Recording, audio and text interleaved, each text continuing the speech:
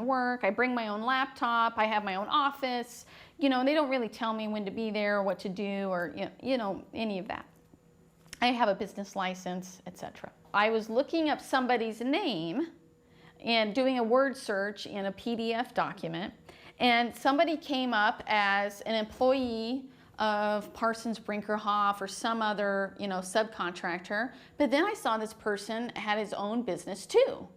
So I saw that he was billing this time as an employee, under the employee list for this subcontractor to David Evans. But then I saw that he had an invoice to on his own, as his own business. I knew that he had a desk down there at the project office.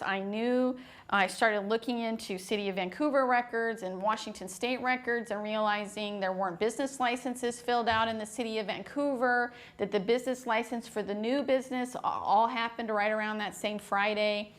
And I started just doing some keyword searches because there were a lot of individuals being paid. And so I started doing keyword searches and realizing that a lot of these people who had their own business had once been employees of David Evans or HDR. And in fact, in one situation, the gal that had held herself out as a certified public accountant, and she wasn't, she did not have a license in Washington or Oregon, that David Evans and Associates was the registered agent for her new business. And so I was questioning, if these people don't have a business license, if these people are provided a computer and a desk, they are signing themselves off as at Columbia River Crossing Project Office.com or whatever the website is, that there was highly questionable employment-related issues potentially going on. And one of those was with Patricia McCaig. Patricia McCaig did not have a business license, not only with the City of Vancouver, but also with the state of Washington. It was clear that she was working there. I had some emails that had been provided in some of these public records requests that indicated, hey, we've missed you around the office since you've been on Kitzhaber's campaign. Nice to see you back here. So she clearly was working in Washington. And so, again, just really questionable status in terms of who these people are, what they're doing, and whether are they truly employees or are they independent contractors. In your report number 6, you uncover some substantial cost differences between what the CRC is telling the public and the legislature and what's contained in their own documents. Tell us what the story is here. I think that this story is really important for a couple of reasons. Number one, I asked the CRC office for more than a year for a budget. I just wanted a budget because they had given us, the map, told us what everything was going to cost. And as an accountant, I know that in order for me to come up with a summary of costs, I've got to have all the detail underneath that proves, how I came up with these numbers. And I asked, and I got numerous public records requests denials saying we don't have a budget, we don't have such a thing, I have all kinds of interesting little emails. So one day I was reading this obscure report about how they estimated the project costs. And they kept referring to something called a base cost estimate. Base cost estimate. It's mentioned in this report several times. And I said, I wonder what that is. So I asked for that specific document. And they sent it to me. And it was astonishing what was in that document, because the base cost estimate is the budget. And the base cost estimate is astonishing in its level of detail because it tells us how many linear feet of pavement I'm going to pour at the Mill Plain interchange or at the Hayden Island interchange. It tells me the cost of the traffic cameras that are going to be installed at every single interchange. And it breaks down by each interchange and by the bridge and by the light rail. It is the detailed budget. So I think it was important for the legislators to know, I have asked for this, they've told me it doesn't exist, and until which time I asked for the exact right words, base cost estimate, was I provided the information. The costs of the Oregon-Washington interchanges were being told to legislators, hey, Oregon's $595 million and Washington's $435 million. But when you looked at the actual costs in their budget, Those were hundreds of millions of dollars more, you know, almost $1 billion each, not quite, okay? But many, many hundreds of millions of dollars more. I had had several people tell me, Tiffany, there's no way it costs $1.2 billion to build the bridge and tear it down.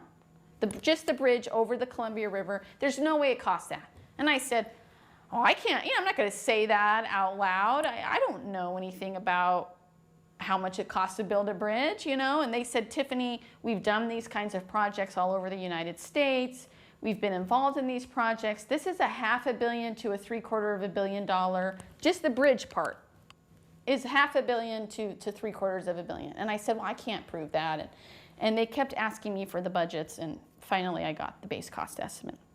And sure enough, when you look at the Columbia River Crossing Project's own numbers to tear down the bridge and build the new bridge, the purple part of the map, it's around $700 million. It's exactly what all of these experts are telling me they thought it was going to cost. The legislatures were supposedly going to come up with the cost of the interchanges. Well, are the legislators going to be more amenable to paying for $500 million worth of interchanges or $1 billion? And if we tell them a bridge costs $1.2 billion and we're going to toll all of that, well, what I was basically saying is, if you're a Washington resident driving over that bridge and paying the toll, you're helping Oregon pay for their interchanges, because they're crunching the cost of the interchanges into the cost of the bridge, and they're not being forthcoming with what their own budget was saying. And what was very interesting, what was sort of my double check, was that when I did this entire process of matching all these numbers up, I matched the light rail cost exactly, right? So what they were telling us the light rail was going to cost was exactly what their budget said. So as a former legislator, I got to ask you, what's been the response from legislators to all of your reports?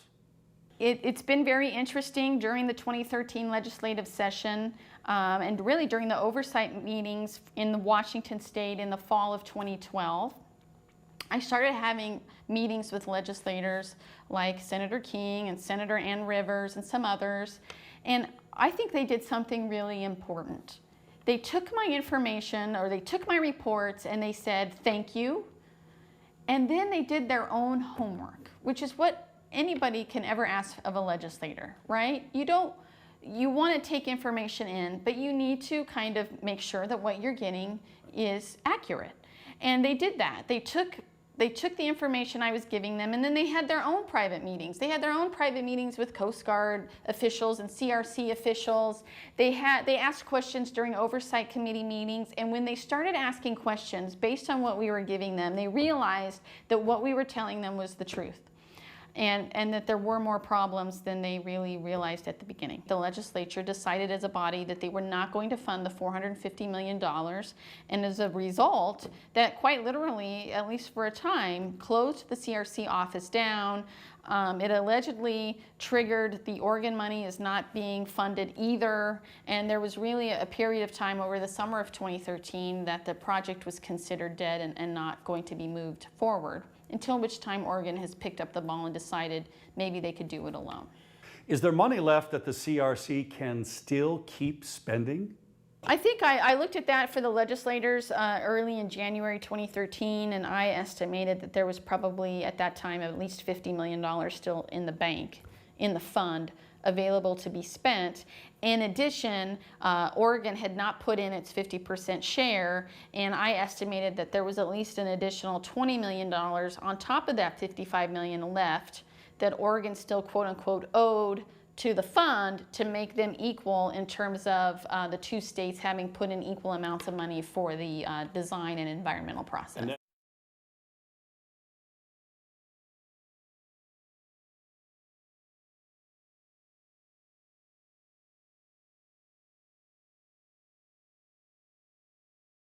Final question. Was it worth it to suffer all the slings and arrows and criticism and threatened lawsuits to produce these reports? I learned a lot. I learned a lot about myself, about what we can do. And I'll be honest, I underestimated this. A lot of the public officials involved in this are people that I know on a daily basis, on a professional basis.